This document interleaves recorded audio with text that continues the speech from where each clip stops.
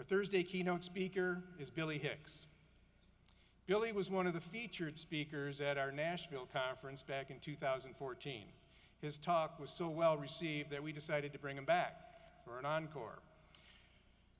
For over 30 years, Billy has dedicated his life's work to educating young learners about the wonders of the night sky and space exploration. He is director of the Matlau College Foundation STEM Research Program. In this position, he has created a planetarium-based program for 4th, 5th, and 6th grade students. This program is very popular this school year. Billy has visited over 100 schools and has worked with over 13,000 students and teachers. He has received numerous awards for his efforts in this area. Recently, he was honored by NASA as a 2018 NASA Solar System Ambassador, SSA. The SSA program works with volunteers across the United States to share the latest science and discoveries of NASA's space exploration missions. In addition, Billy has been selected by the Tennessee STEM Innovation Network as a STEM Advocate Award winner. This award recognizes an innovator in STEM education. Billy's important work has inspired an entire generation of learners to pursue a STEM major. Let's give Billy a warm amatic welcome as he shows us how math rocks.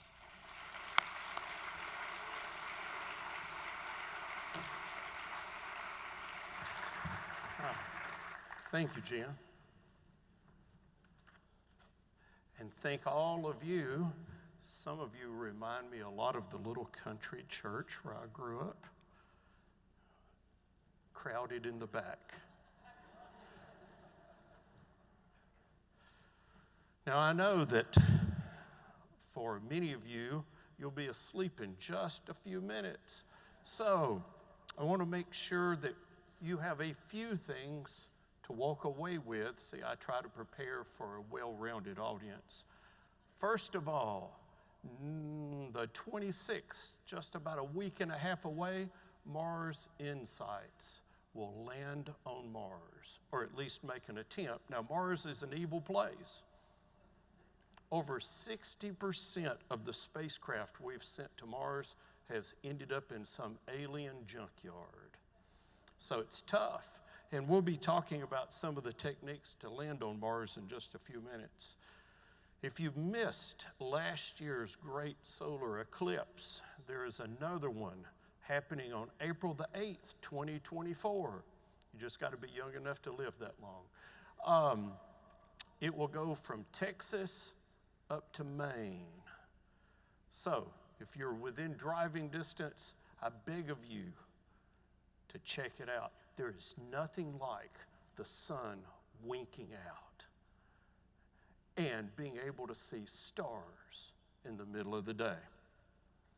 Also, this coming summer is the 50th anniversary of Apollo 11.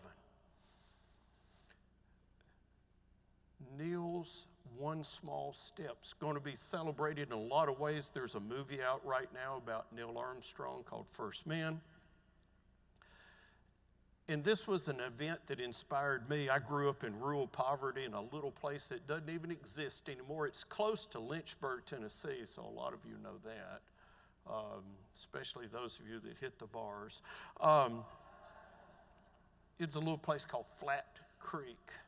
There were 7 people in my school class when I started, and nobody ever moved away and nobody ever moved in. There were 8 years later, the same 7. And my 5th grade teacher fussed at me a lot because I was so foolish to think that someday when I grew up, I would work at NASA.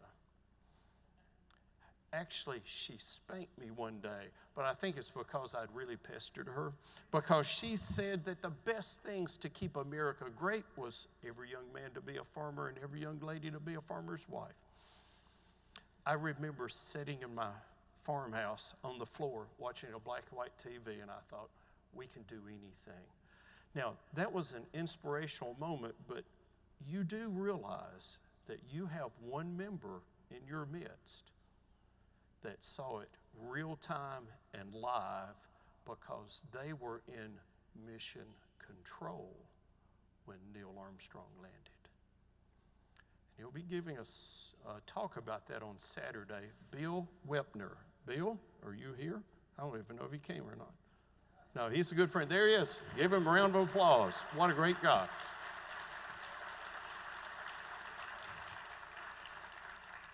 So with that, I could end because you could walk away and say, yep, I've learned something, but they might not want to allow me to continue my stay here. So this is a little of what I do now. I have a portable planetarium. My wife would tell you that I'm the only person she ever knew that messed up retirement this bad.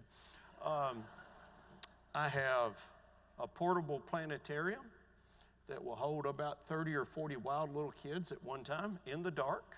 I do a monthly star party at schools. I just load up my trailer with telescopes and off we go. A few years ago, I worked with the Space Foundation, Dr. Neil deGrasse Tyson, some of you may know from the Cosmos series. He and I worked on a project together, and I also do adult programs, which you would enjoy. And here, there's a group of adults that obviously want to know a little more science, and we're building rockets. But anyway, enough about me. We need to get to work. When you hear someone talk about, wow, they are pretty good at math, you know that a lot of the society that we live in sees something like this. And I want to change that narrative. I have spent a lot of time trying to do that. I want to give you a little fuel for the passion that you bring to the classroom so that I can give you some stories so that when you open up your class on the very first day, you have a little more passion to show so that you can inspire another generation. So here we go. I want you to imagine in your mind's eye what you see when you hear that someone was so smart that when they were about 13 or 14 years of age, their teachers went to their parents and said, look, we can't do anything with them. Send them to college. This person had a really bad boy rock star attitude. He was a bad child, if there ever was one. But one thing in his favor, he knew math rocked. His name is Tycho Brahe. He was a great mathematician, the last great astronomer not to use a telescope. Galileo is right behind him. And more importantly than anything, he was a party animal. Now, I know you're thinking, well, come on, 500 years ago, nobody was a party animal. You just wait. Now, he lived in the late 1500s. He attended the University of Copenhagen. And I was just reading another book about him about 3 months ago, kind of boning up a little bit for this. And I ran across a quote from his parents. I thought, I've got to stick this in here somewhere or another because only you can appreciate it.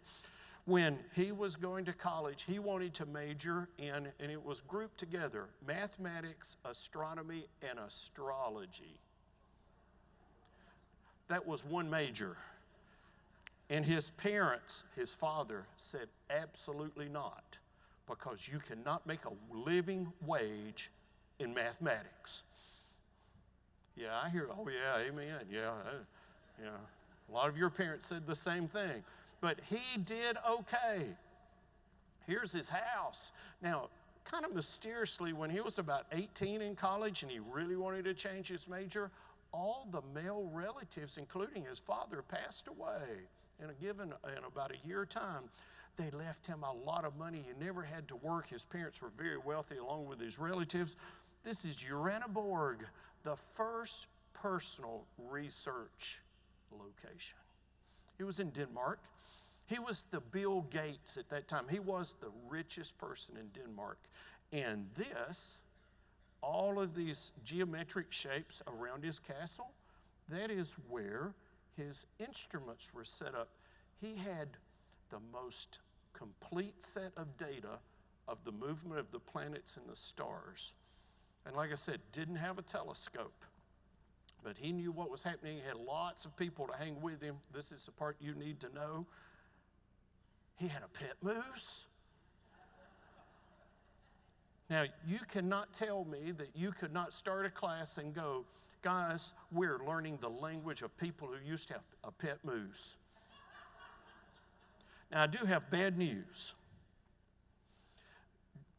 Now, along with this beautiful home, outside the walls, he had servants' quarters and such, and he had his own brewery.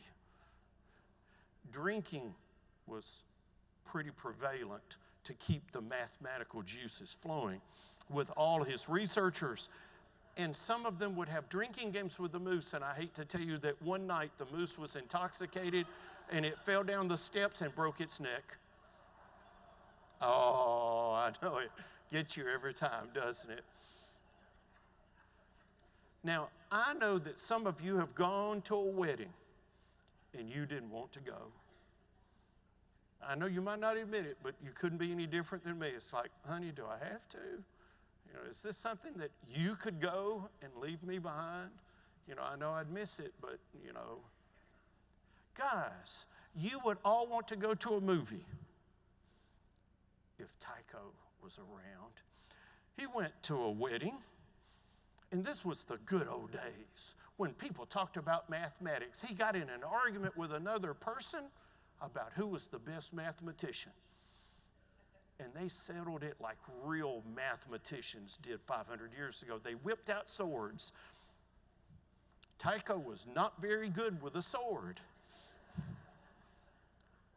And his nose got chopped off, which had to really sting. But do remember, he was rich. He had a pewter nose made for every day. But for going out on the town, he had a gold nose. He was buried with his gold nose. He was a character. Can you imagine how much fun weddings would be if everybody got in arguments over who's the best mathematician? We do need CSI, crime scene investigation. There was always a rumor that some of his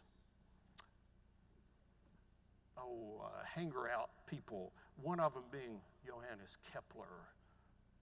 Yeah, Kepler was a stick in the mud. He didn't want to party. He didn't like Tycho, but he needed Tycho for his data. It was always rumored, you know those math people, they're rowdy. He murdered Tycho. Yeah, ooh, I like your sounds. See what you're missing in the back? You're missing all the audio. Guys, they dug up what's left of him, and they did a hair sample. And you like to know what? He was poisoned. Mercury poison. Did Kepler do it? I don't know, because he died on this date in 1630, so he's not around to ask. But today was the death of Kepler. But that's always the rumor. It's hard to clear your name once you've died. Every good teacher is going to leave behind something that you cannot forget, no matter what I do. From now on, for the rest of your life, every time you look at a full moon, you will think pet moose, lost nose, Tycho rocks. Because you will see right there. Now, the full moon for an astronomer, for a person, and I was a science liaison officer for the years I worked at NASA. For an astronomer, full moon's not a good time to look. Everything looks flat, 2D. There's no shadows, so nothing 3D. But there's one awesome thing that shows up in a full moon, and that is the crater name for Tycho. Okay. Now, for a little more current, you're probably hoping for something a little more than 500 years old. You know we're interstellar. Voyager 1's left the solar system. Voyager 2 now is on the cusp of leaving the influence of our sun. They're somewhere in the neighborhood of about 20 billion miles away, so down the road a little bit, and they're scooting along pretty fast. And the nice thing about it is that Voyager 1 will pass by a star. So we're very fortunate in that respect in about 40,000 years. You see, when you look at it from the astronomer's perspective, I see you're laughing. This is not that long.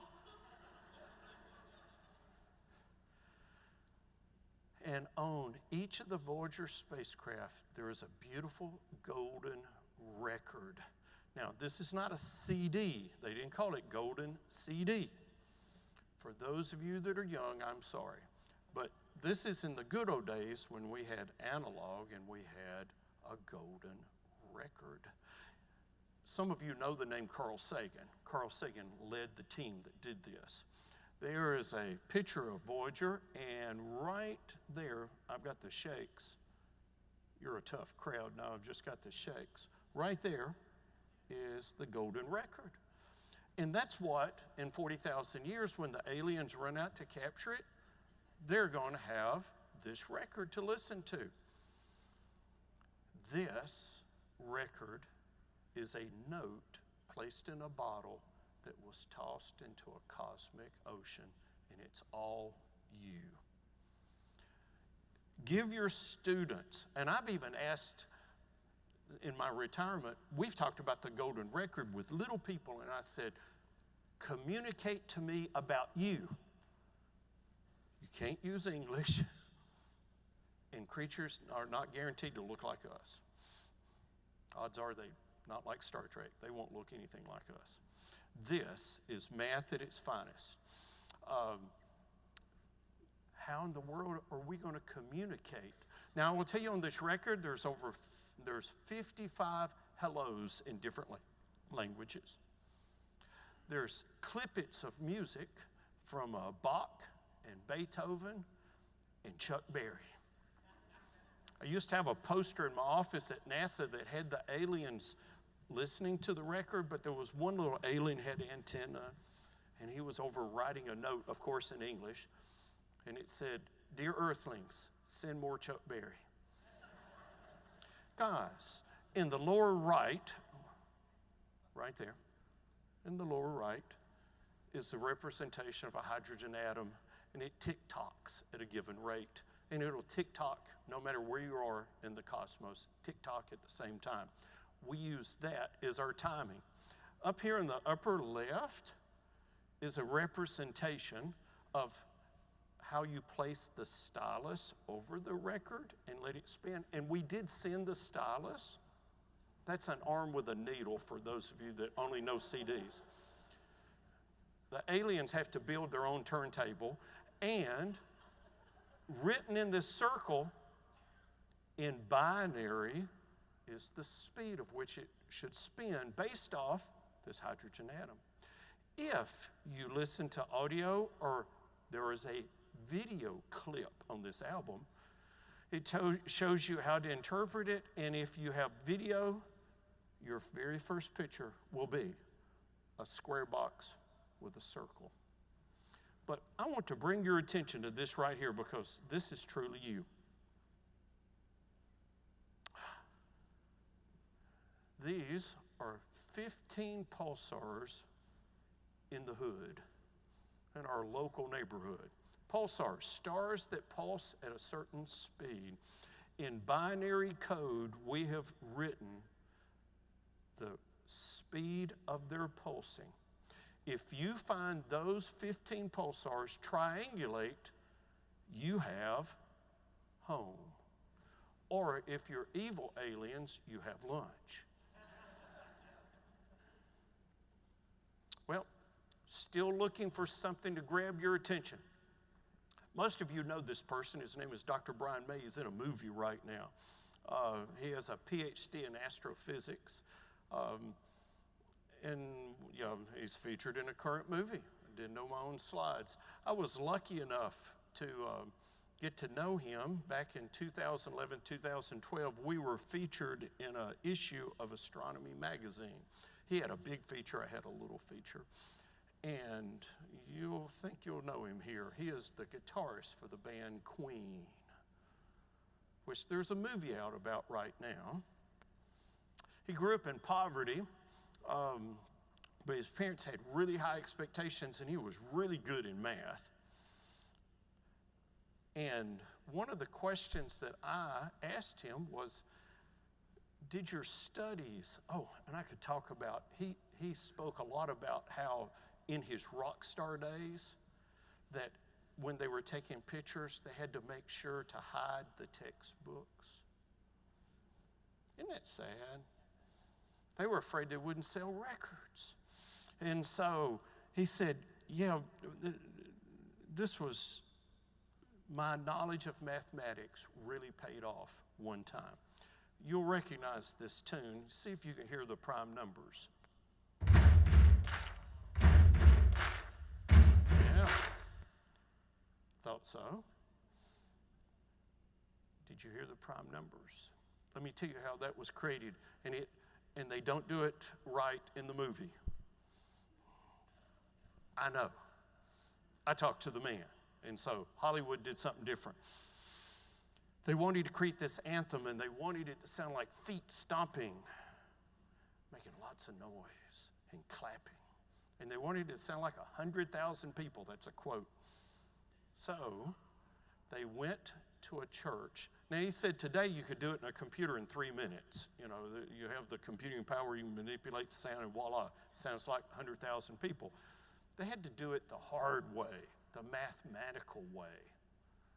So they went to a church, an old church in London. It had a wood floor. It was Brian May, the drummer, and 3 recording technicians. And they brought with them a portable reel-to-reel tape recorder. And they sat around and they stomped their feet and whacked the floor with this 2x4. And they got one boom, boom, clap. They carried that back to the studio, and they made a tape loop, and they would play it over and over and over again and re-record it. And what he did was he offset it in thousandths of a second, 2, 3, 5, 7. And he said, when we got to 19 and we played it, it sounded like 100,000 people. So you ended up with this because someone knew that prime numbers crop up everywhere. There's young Brian May on the right, old Brian May closing out the 2012 Olympics on the left. Doesn't he look like Sir Isaac Newton? I told him that, and he said, I get that all the time. And of course, I'm just really envious that he has hair. I mean, lots of it. That's a pretty cool thing. So math really does rock. There he is getting his PhD, a rock star. Yeah. Well, let's go to Mars. With every story that I give you, I'm going to get a little closer to you, I hope. So we started out 500 years ago in a pet moose, and now we've been talking about rock musicians, but you're probably thinking, well, I'm not sure I can use a rock musician in my class or not. Well, we're getting closer to your impact. I would like to introduce you to someone. His name is Adam Steltzner, and he is the team lead for what we call EDL on Curiosity, Entry, Descent, and Landing. If you can't do that, and that is the hardest part, you don't have a spacecraft. And Curiosity was a challenge because those of you that know anything about the rovers, you know we've got several rovers on Mars, and some of them are no bigger than a go-kart. And when they landed on Mars, we popped out a parachute, we slowed them down, we popped out a whole bunch of airbags and let them kind of bounce along the surface, and that worked pretty well. Curiosity is the size of a Mini Cooper and weighs about the same thing, weighs about 2,200 pounds. You could not encompass it in airbags and just let it bounce along. You had nothing when you got through. And I do not want to take too much time here, but I've got to tell you about mission flow. It comes in, the craft comes in at Mars doing about 31,000 miles an hour. It has a heat shield. It takes most of the heat load, it slows up to about 1,500 miles an hour. They blow off the heat shield. They pop out a parachute. It slows it to 200 miles an hour. You got the Mini Cooper hanging in a box underneath it. Then they cut off the parachute. Now, I will tell you, when I used to hear these briefings, when I was at JPL for 2 summers, you know what I'm about to say, don't you? All I could think of was growing up watching Roadrunner and Wile E. Coyote. because you know that the more complicated you make something, what? The harder it is to work. And we're talking about making something work that's been sitting in cold storage for almost 9 months and is about 70 million miles away. So it's not like, oops, we got to try this again. So we cut off the parachute. There are 8 rockets on a pallet, on a platform above the rover. We cut off the parachute at about 1.5 miles of altitude, about 2 kilometers. And now we've slowed down until we get 50 feet above the surface. We bring up the thrust, and the platform hovers like a helicopter. Then we lower the craft, the Mini Cooper, from a rope the last 50 feet to the surface, cut the rope, let the rockets blow away so they don't land on the rover, and voila. Now that is crazy. This guy made it happen. So you would think he's got to be smart. He's got to be good. He was a total mess until he attended a community college. He was a fine D student on the good days. He was self-destructive. He played in a rock band. He smoked a lot of pot. His claim to fame when he graduated from high school was that he had over 30 broken bones. He was truly self-destructive. His father was an alcoholic from fighting the Vietnam War, came back an alcoholic. His mother was a flower child from San Francisco. He had really no home. He did look up a lot, and he really liked the night sky. And so, an uncle paid for him to take a class at a community college about astronomy. He went there, and the class didn't make. And the counselor said, look, somebody's already paid for your class. You ought to take this physics class. And Adam said, well, I really didn't. I just wanted to look in the telescope. That's really all he wanted to do. He said, I didn't like physics in high school. I didn't like anything about high school. And the lady said, well, you can't get your money back, something of that effect. And so you ought to take this class. He begrudgingly went to the first class thinking this would be my last. And this teacher walked in the room, Dr. Stephen Prata. He's not here, is he? I did dream that the other night, that he raised his hand and he said, let me tell you the rest of the story. Dr. Stephen Prata came into his class, and he didn't pass out a syllabus, not to start with, that kind of stuff. He simply said this, hang with me, be a part. I will show you the hand of God. Now, that's the kind of teachers I liked. And that's the kind of teachers that reached someone like Adam. And he said, I was hooked. Man, I was hooked big time. He said, I didn't even plan to go back. Now, he went to a place he'd never been before, a library, to read more. Guys, he just wrote a book called The Right Kind of Crazy, which was this landing that I just described to you, was called The Right Kind of Crazy because it was successful. Otherwise, it'd just been crazy. And in the beginning, in the intro, often, people write about, I want to thank my family and, my parents and, go read his book. At least pull it up on Amazon and just read the intro.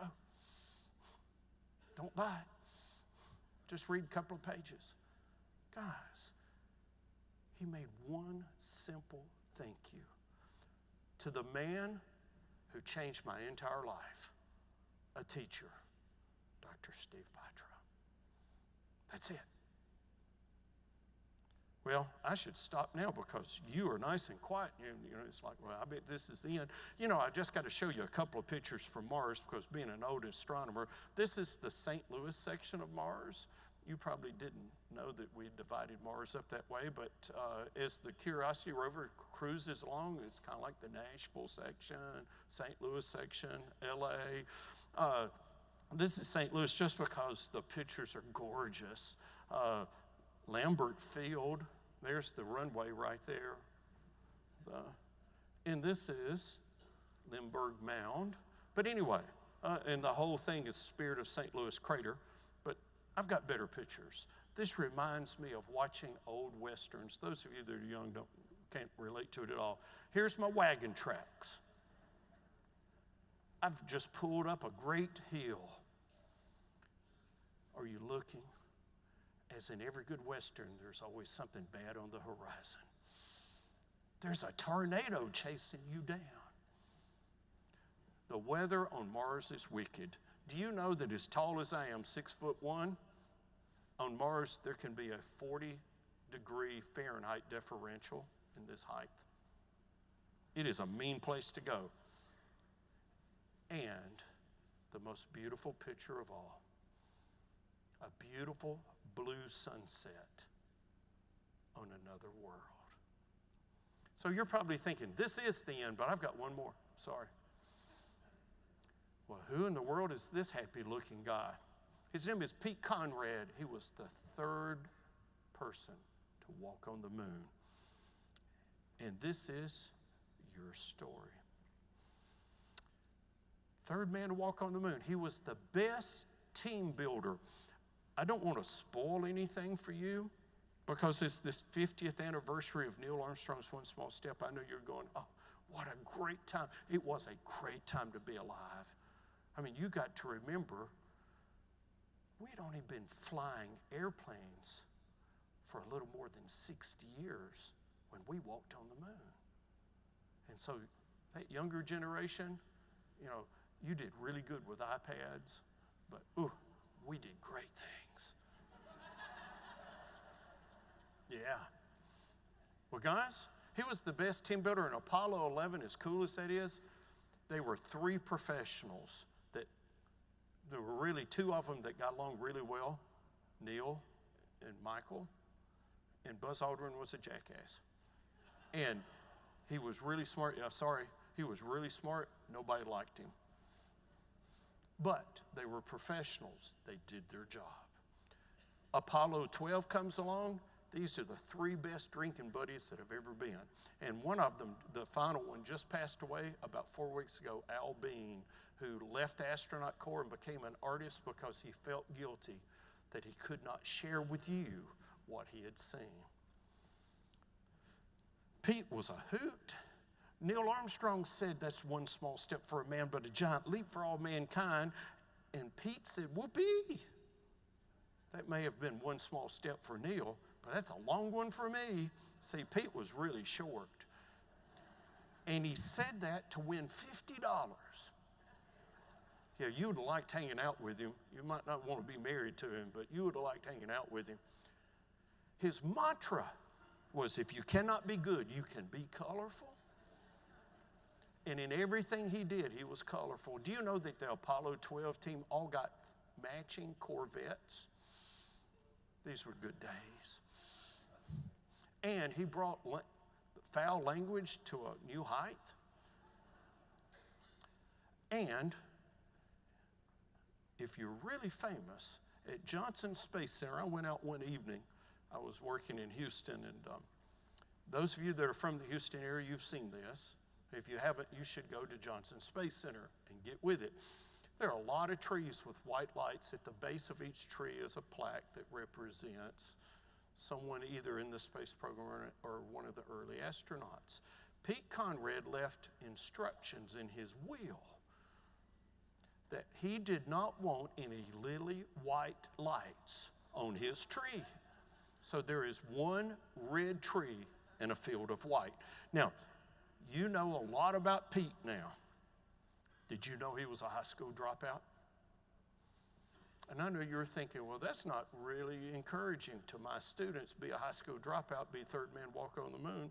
He had dyslexia, and he dropped out really before his 11th grade was over. He said, I've just had it. He was great in math. This dyslexia did not bother his math at all.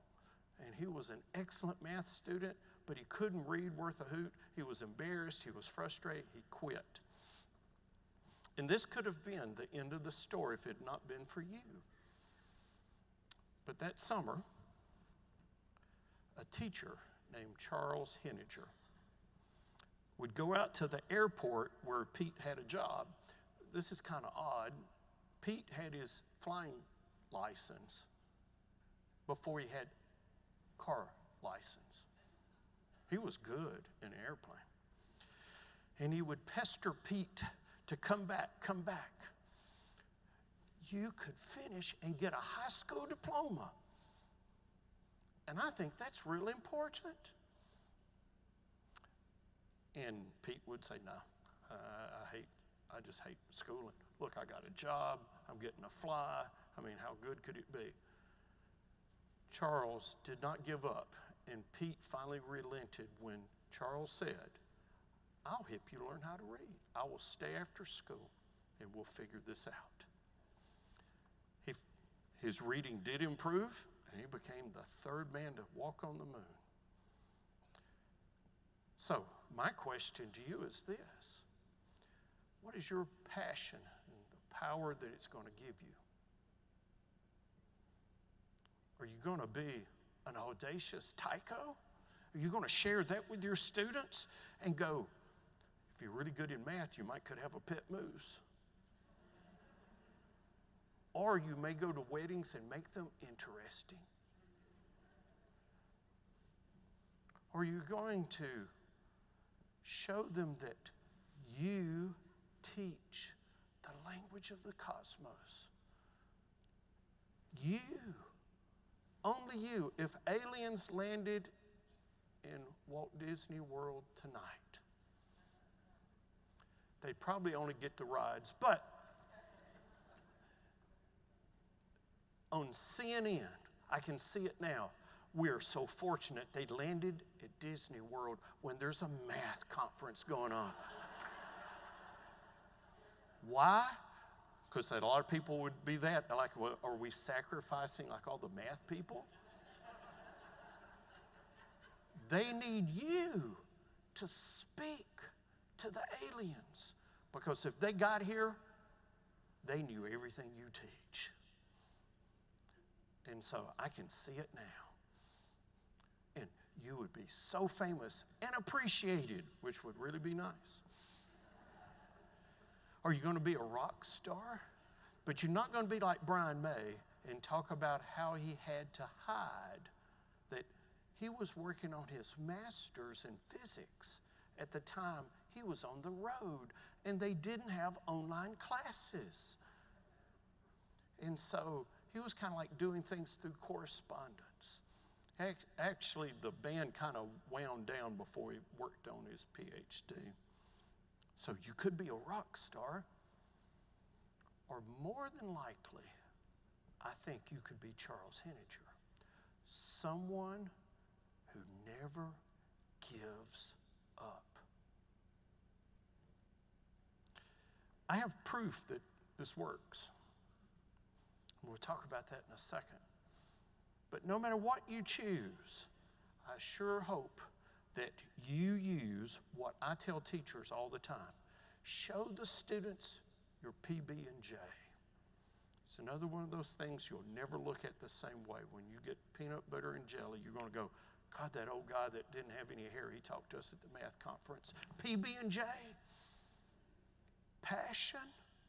P is for passion, that you should show for your subject. B is for the beauty of knowing math. And J is for the joy that you are lucky enough to teach it. Question whether it works?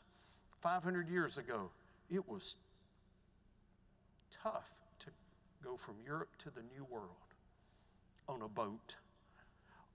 65% of all ships never were seen again.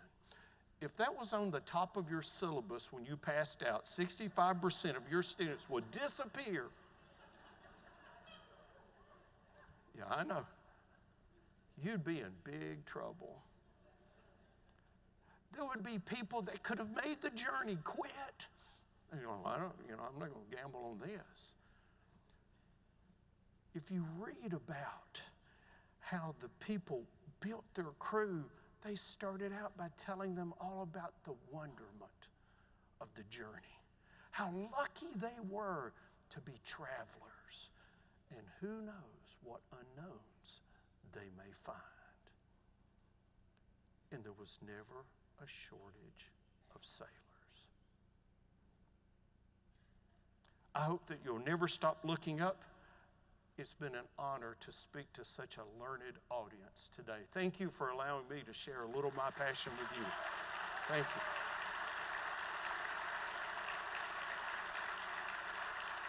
Oh, thank you very much. That's very kind. Thank you. Jim, thank you.